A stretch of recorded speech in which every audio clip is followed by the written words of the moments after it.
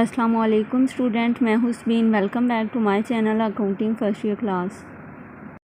Principal of accounting chapter number 2 accounting equation problem और question number 4।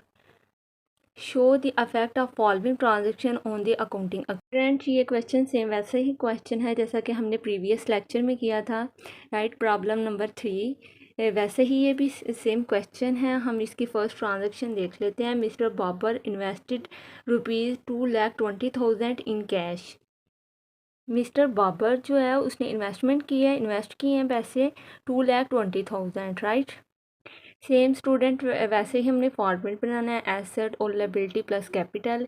Liability plus capital को आप मैंने first lecture में बताया था कि इसको इक्विटी भी कहते हैं, ठीक है।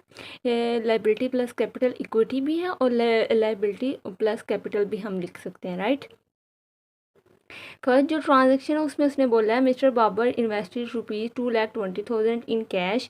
तो कैश के कॉलम में 2,20,000 आ जाएगा, राइट। और दूसरी साइड कैपिटल में चला जाएगा 2,20,000। सेकंड ट्रांजैक्शन सेम वैसी ही ट्रांजैक्शन है जैसे कि हमने प्रीवियस प्रॉब्लम में की है, ठीक है। प्रॉब्लम नंबर 3 में हमने की है। He purchase good for cash 44,000। उसने गुड्स परचेज किए हैं जो कैश पे उसने किए हैं वो कितने किए हैं 44,000 एंड क्रेडिट 36,000। इट्स मीन कि उसने जो गुड परचेज किए हैं वो जो कैश पे उसने किए हैं वो 44,000 के किए हैं और जो क्रेडिट बेस मतलब कि उधार पे किए हैं उसने, तो वो उसने कितने के किए हैं 36,000 के। इट्स मीन का टोटल गुड जो है उसने 80,000 के परचेज किए हैं। अब हम नीचे आएंगे कैश के कॉलम में जिसकी हमने कैश पे कर दी है, जिसकी हमने पेमेंट कर दी हुई है, तो उसका हम अपने कैश में से 2,20,000 में से इसको माइनस कर देंगे 44,000 को, तो हमारे पास रह जाएगा 1,76,000, राइट। और गुड्स हमारे टोटल गुड्स कितने हैं 80,000 के जो उसने बाय किए हैं। इधर हमारी लाइबिलिटी है 36,000। मैंने आपको बताया था इधर या तो क्रेडिटर होगा या अकाउंट पेबल, जिसके ये हमारी लाइबिलिटी है कि हमने अभी पेमेंट करनी है। जो हमने उधार पे गुड्स लिए हैं 36,000 के, उनके हमने पेमेंट करनी है, तो वो हमारी लाइबिलिटी है। तो ये लाइबिलिटी साइड पे आ जाएगा, अकाउंट पेबल के नाम से ये रिकॉर्ड होगा और कैपिटल हमारा एज इट वैसे ही आ जाएगा। ये हमने रीटोटल कर लिया। हमने अपनी हर ट्रांजैक्शन के बाद मतलब हर अफेक्ट के बाद हमने माइनस प्लस के अफेक्ट के बाद हमने इनको रीटोटल करना होता है, राइट। थर्ड ट्रांजैक्शन है he made additional investment in cash 40,000।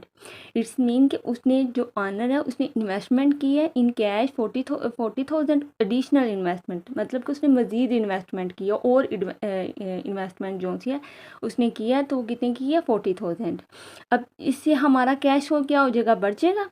तो ये कैश के कॉलम में आ जाएगा 40,000 और दूसरा हमारा कैपिटल भी बढ़ जाएगा, हमारा कैपिटल भी इंक्रीज हो जाएगा, तो ये 40,000 इधर भी आ जाएगा। इसके दो इफेक्ट होंगे, एक कैपिटल में और दूसरा कैश में, कैश के कॉलम में, ठीक है। इसको कैश के नाम से एक तो रिकॉर्ड किया जाएगा, दूसरा क्या होगा कैपिटल इंक्रीज हो जाएगा और कैपिटल में। अब हम इसको रीटोटल कर लेते हैं और 1,76,000 में हमने 40,000 ऐड किया तो हमारे पास आ जाता है 2,60,000।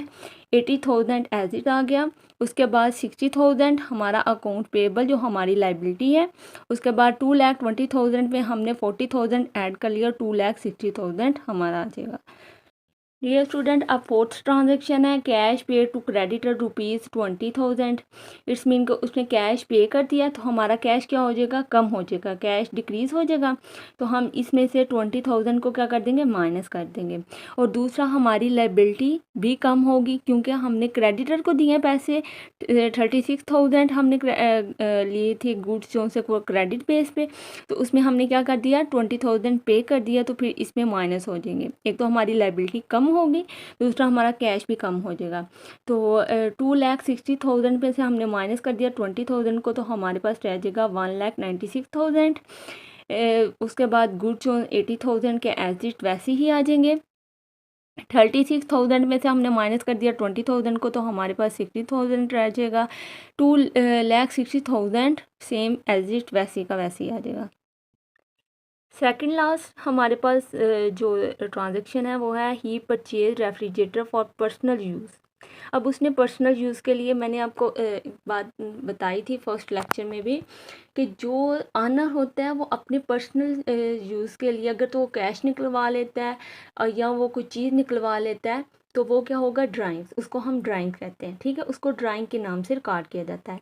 एक मैंने फर्स्ट लेक्चर में आपको कैपिटल का बताया था, अगर ऑनर इन्वेस्टमेंट करता है, अगर ऑनर बिजनेस में पैसा लेके आता है तो उसको हम कहते हैं कैपिटल।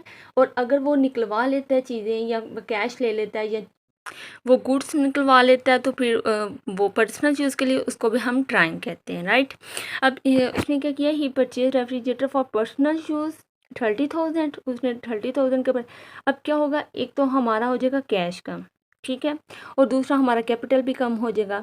अब क्या हम अपने कैश में से 1,96,000 में माइनस कर देंगे 30,000 को, तो उसके बाद हम जो हमारे पास कैपिटल है 2,60,000 उसमें भी हम माइनस कर देंगे 30,000 को। अब हम री टोटल कर लेते हैं। मैंने फर्स्ट भी बताया कि हर इफेक्ट के बाद प्लस माइनस इफेक्ट के बाद हमने री टोटल करना होता है।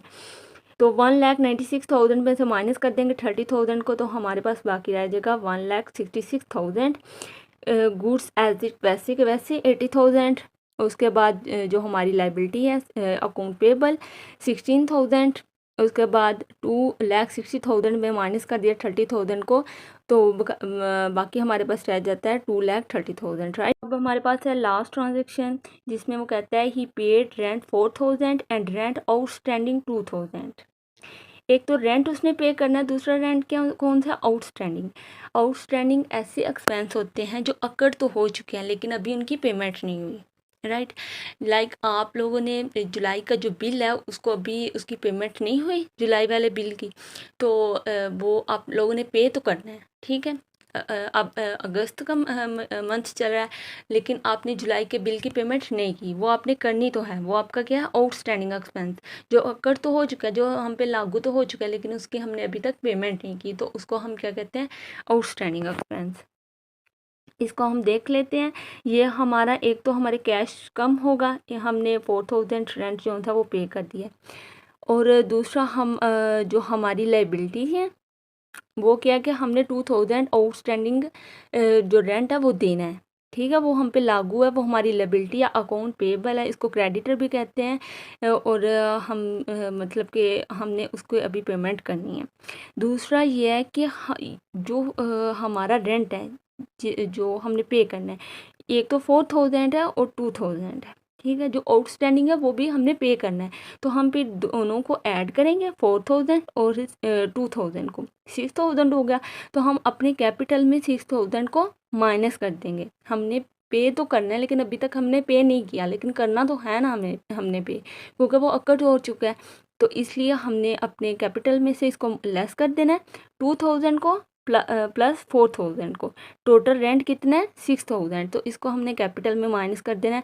2,30,000 में से हमने माइनस कर देना है 6,000 को, तो हमारे पास जो बाकी रह जाएगा वो 2,24,000। उसके बाद जो हमारी लाइबिलिटी है 16,000 प्लस 2,000 18,000। गुड्स हमारे वैसे के वैसे 80,000।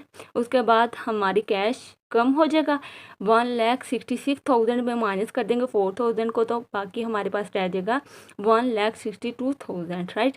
अब हम इनको प्लस कर लेते हैं, 1,62,000 प्लस 80,000, तो ये हमारा 2,42,000, राइट। जैसा कि हमारा ऊपर आंसर है सेम वैसा आ गया। उसके बाद है जो हमारे पास लाइबिलिटी साइड पे 18,000 प्लस 2,24,000, इनको भी हमने प्लस किया तो हमारा दोनों साइड का आंसर इक्वल आ गया। इट्स मीन कि हमारा क्वेश्चन जो था वो ठीक है बिल्कुल। आई होप स्टूडेंट आपको समझ आ गई होगी, लेकिन फिर भी अगर किसी को समझ नहीं आई सॉल्व करते हुए क्वेश्चन, आपको कोई प्रॉब्लम आ रही है या कहीं से समझ नहीं आ रही, कोई कंसेप्ट नहीं क्लियर हो रहा, तो आप मुझसे कमेंट बॉक्स में पूछ सकते हैं, मैं ज़रूर आपको रिप्लाई करूँगी। और प्लीज़ मेरे चैनल को सब्सक्राइब करना मत भूलिए। मिलेंगे हम नेक्स्ट लेक्चर में, तब तक के लिए अल्लाह हाफिज़।